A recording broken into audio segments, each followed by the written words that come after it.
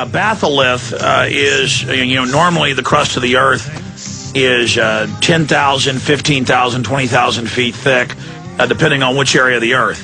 A volcano, obviously, an active volcano is where the crust gets hauled out by a batholith or a magma chamber and makes it to the surface. And if you go to Enchanted Rock outside Austin, Texas, it's a big mountain of pink and gray granite. Very beautiful. It looks like a big, half soccer ball sticking up out of the ground, basically. And it's a batholith because it pushes the crust up, or a mountain up above it. Over time, that erodes away, and you've got a perfectly, round dome of frozen lava, cooled magma. And talking to petroleum geologists, and I've read about in Russia and other places where they have been drilling down not just 30,000, 40,000, 50,000, that they'll hit these and it just fries everything and explodes and does cause a big leak. And then the Russians just kind of sweep it under the rug and don't even put it on their media because it's on land and then it kills a bunch of people. Here, though, you do this in the Gulf of Mexico. Going back to Lindsey Williams, we're going to go 30 minutes into the next hour. I'm going to go into overdrive again today. I'm getting addicted to this. I did an hour and 15 minutes of extra broadcast yesterday, but we'll just do 30 minutes next hour. And I really appreciate Lindsey Williams coming on this because he's got BP sources and he has this former, I know the former CEO, and so does Lindsey Williams' other colleague, Dr. Stan Monteith, because I believe Lindsey Williams, when he tells us all this, he's a good pastor, wrote a book 25 years ago that's now been admitted to be accurate, given us other predictions that come true. But all right, Dr. Stan Monteith knew who this guy was like I did and actually called him. But I'm going to leave it at that. So this is real intel, but take it for what it's worth. The globalist, a Bilderberg-type guy, former, head of one of the big three oil companies. This is his view on it. We're getting it from Lindsey Williams. Lindsey, that petroleum geologist that called in backed up what you had to say. Please continue. But this looks like they drilled into some type of magma chamber or batholith. Senator Bill Nelson, Democrat from Florida, he appeared yesterday, June the 9th, on MSNBC. Andrea Mitchell interviewed him. You can go and look at this. Please do. He said, oil is seeping up from the seabed.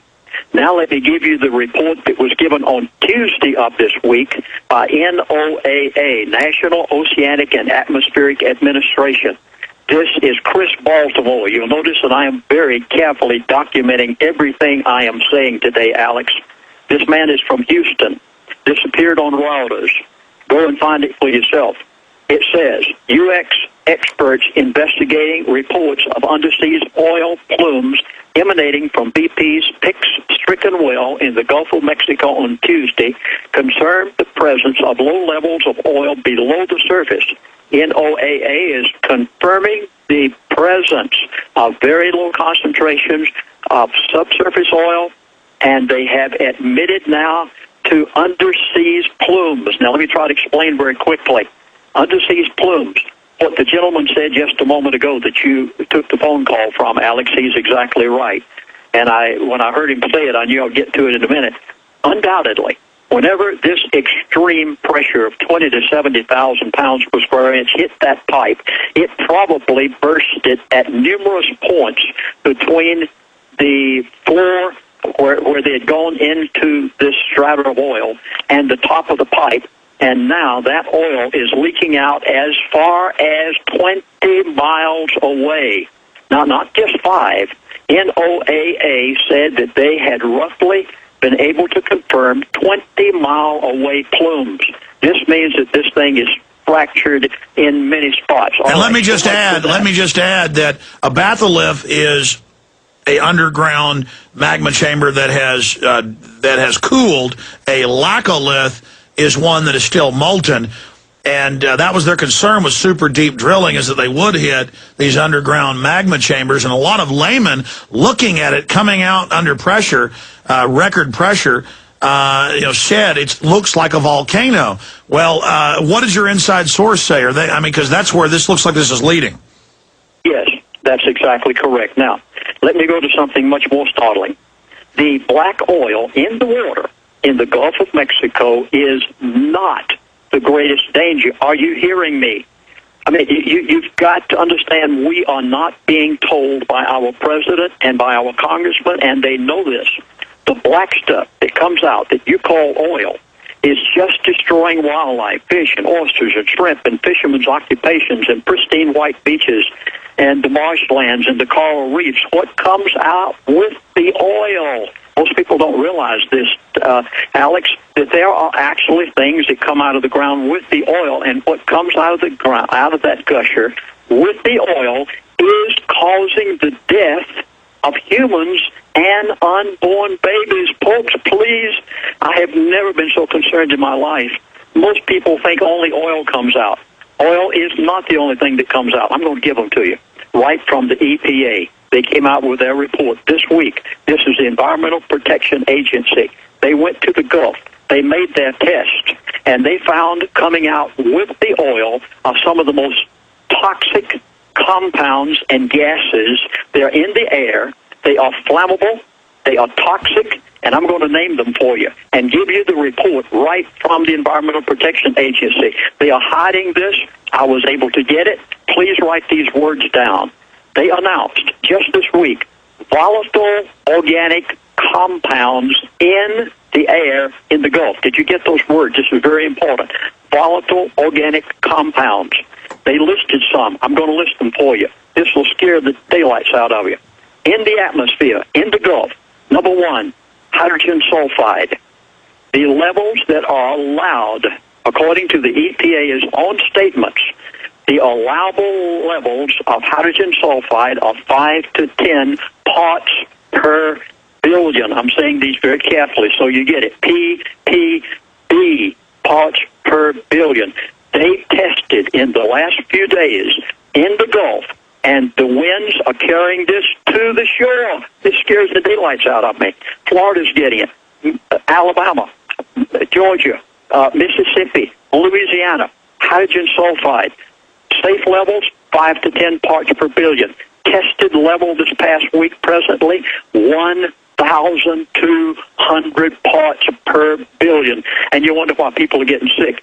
Let me give you the next one. Benzene. Oh, please. I'm going to read you the contents and how dangerous benzene is in a moment. Benzene. This is toxic. It causes malignancies. It's known to cause leukemia and cancer. The safe level, according to the Environmental Protection Agency's own records, it is so toxic they only allow 0 to 4 parts per billion.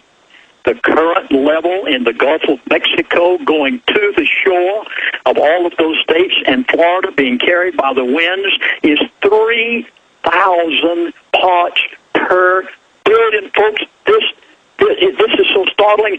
The people down there should at least be warned by this 13-year-old adult we call the President of the United States of America. The people should at least be told by this man what they're breathing, what they're facing, and that 2, 3, 5, 10 years from now, we're going to have deformed babies and people with respiratory problems and people dying. I'm going to give you one more. Well, I must go back to benzene. Wait a minute. I got to read you what it says on benzene. Exposure to low levels of benzene can cause dizziness, drowsiness, headache, confusion, tremor, rapid heartbeat, and unconsciousness. Long-term exposure to benzene can cause damage in the bone marrow and lead to blood problems like leukemia. It also weakens the immune system and targets organs such as the kidneys, lungs, and the brain. Folks, this is so dangerous until even I, as a minister, shudder to think about it. I'm going to give you one more. It was in the EPA's report. Methylene chloride. Safe levels of methylene chloride that a person can breathe in the air, and this is airborne, in the Gulf. Safe levels, 61 parts per billion. The current levels that were just found a few days ago by the EPA, 3,000 to 3,400 parts per billion.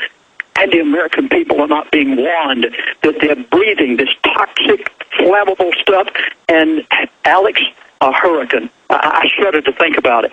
A hurricane could carry this stuff all the way up the east coast of America, and no health care system in the world would ever be able to pay the hospital bills of what people are going to suffer. Alex, I'm sure. Well, the good news is there's tens of trillions of gallons. In fact, I don't know the number. Guys, do a search engine on estimated gallons of water in the Gulf of Mexico / Caribbean.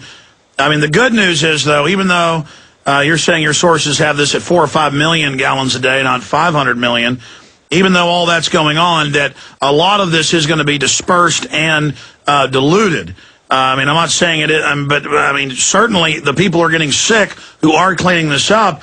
And I had thought, I mean, I know there is some of these toxins in oil, depending on where you drill. It varies.